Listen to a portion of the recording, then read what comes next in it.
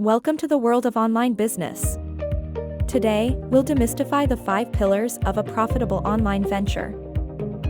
The first pillar is identifying your niche.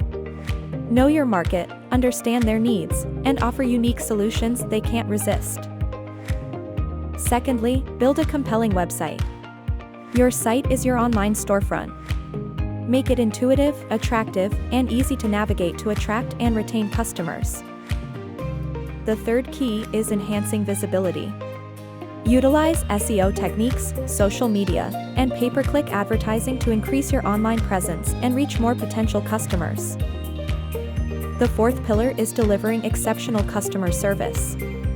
Build trust and loyalty by treating customers with respect, addressing their concerns, and going beyond their expectations. Lastly, monitor, analyze, and improve.